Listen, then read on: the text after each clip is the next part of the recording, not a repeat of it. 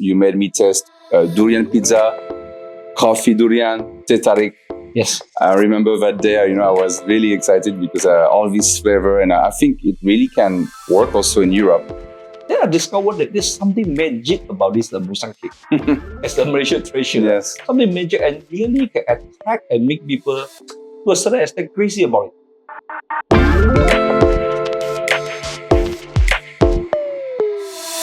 Welcome to the show. This is Julien, your host. Today I have the pleasure to be with I don't want to say old friend, but a good friend, the co-founder and CEO of DSR Taiko Berhad, the first publicly listed durian company in Malaysia.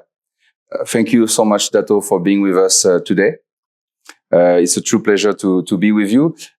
You are going to talk, of course, about your durian journey from industry chemical to durian. Is quite interesting. And of course, about your passion and what drives you in life. So thank you so much to be with us in the show. First of all, can you share with us a bit about yourself? We'd like to know what are the things you like to do when you have free times outside of your business. Okay, thank you for this opportunity. So basically, when you have free times, more like coffee, I like to play golf. Yeah, I think this golf is something that's really can show your true character during the games. Yeah. So you're quite connecting with nature. You're a durian lover and a golf player. So it seems like you like to connect with nature and to be outside most of the time, right? Yes, because some golf course is like the jungle. Yeah. So sometimes I play the golf inside my durian orchard. We're shooting this podcast. Tonight there is a game, Liverpool, Real Madrid. So you're a Liverpool fan. I'm a Real Madrid fan. So we have a bit of clash right now. Yeah. But it's a friendly clash. Make it more interesting. Yeah. So what's your bet for tonight? Well, of course, I would take Liverpool. Yeah. Madrid is quite low right now. They have the best player in the world, but I think they have an issue to find the chemistry, and there's a lot of ego going on. So we hope that tonight they will be ready for your team. Yeah, hopefully it's very exciting. The sport is like anything. You never know the result until the end. Correct. Yeah. Before we talk about the durian business you are taking, I want to talk about your experience as a businessman in the region. You sold your share in your company that you established with your brothers. Yes. In industry chemical, you're traveling in Vietnam, China, mainly in Southeast Asia. What's your experience in the region when it comes to businesses and what are the things that you're looking forward? Okay. Basically, we are the agent for most of the multinational company. It's an oil company like Exxon and Shell, BSF.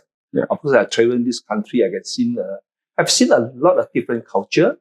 The way I handle the business, all these things. I think the thing I have concluded is nothing is right, is wrong. Just make it right. So a different culture, different way, it still make things work. Yeah. So we were talking about your children. I was asking you, you have one boy, one daughter. Yes. What are the values you like to share to them? Like the top 3 values that are important for you as a father? Because something in the show I like to discuss about personal matters and I'm a father myself. So I always like to address that topic. Basically, I very much emphasize on the core values, the empathy, and connected to this world. So of course, the knowledge is I can't avoid that. So be knowledgeable, be empathy, and connected to the actual world. Connected to the value I emphasize to them. Fantastic. Now it's very interesting, like coming from an industry chemical background to durian. It's quite a big of a stretch. Oh yeah. How did you end up to start this journey, to start to cultivate your own durian and then to come up with this idea to make it a business? This is something that's happened is quite unexpected.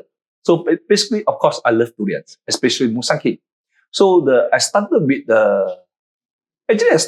when in my ex company, I started to treat my staff with the Musang cake.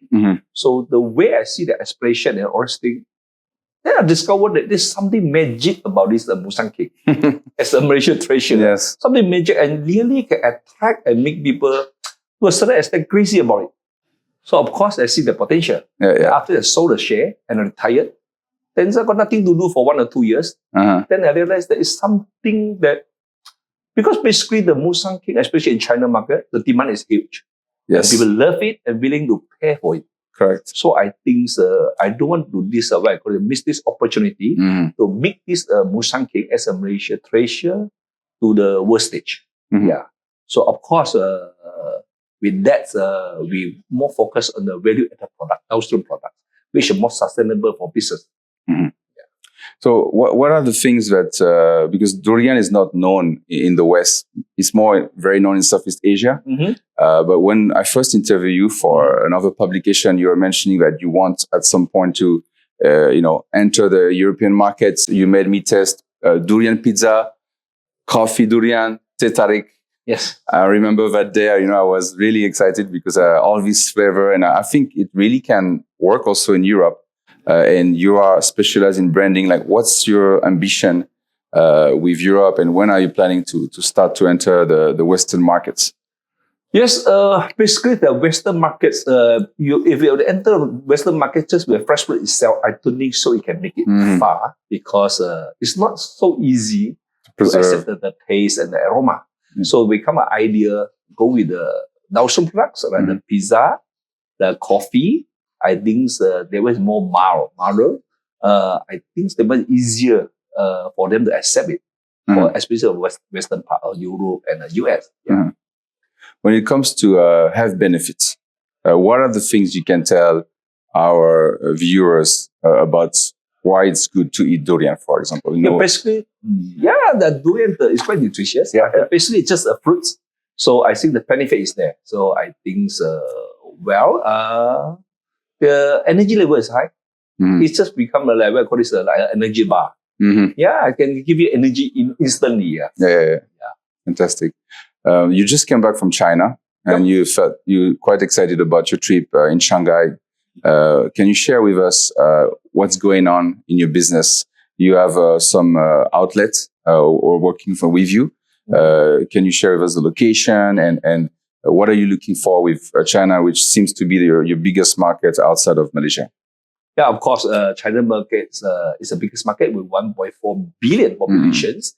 We have our flagship store at Zhejiang, Hangzhou, which is we serve some downstream products and also some what I call this steamboat with durians.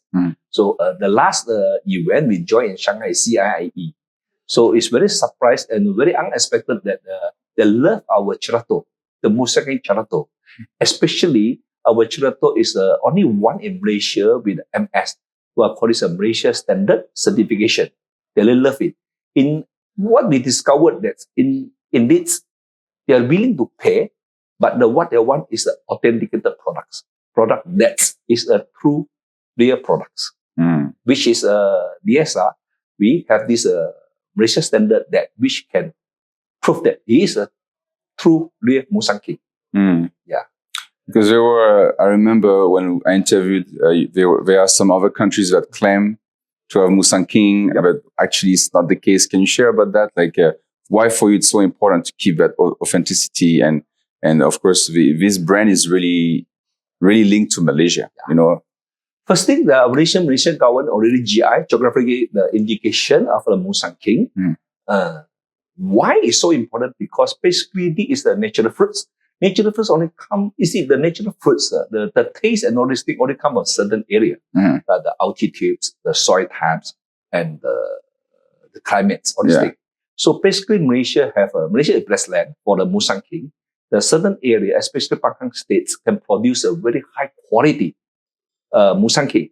Yes, you can plant the Musang King in other countries, but with the different climate and all these things, I don't think so they can have a similar taste. At least so far, it's not yet.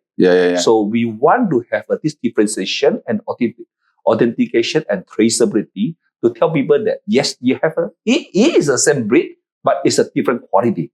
Just like a good example, like the apple, Fuji apple and China Fuji apple, the price is maybe 10 times difference. Correct. Now, talking about Southeast Asia, Malaysia is going to be the chairman in 2025 of ASEAN. What are you looking for in terms of the leadership of Malaysia in the region, in terms of business, You've been traveling all over Southeast Asia.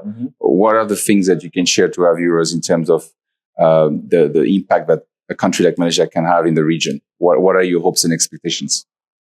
I hope that Malaysia is a chairman for this next year.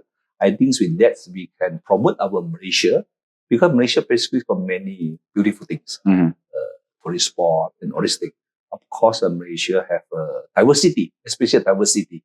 So different races, ethnics, all these things. So I think this is a good thing to show it to the world and how we work together. Fantastic. Can you share with us what's the main thing you're going to focus for 2025 in your company?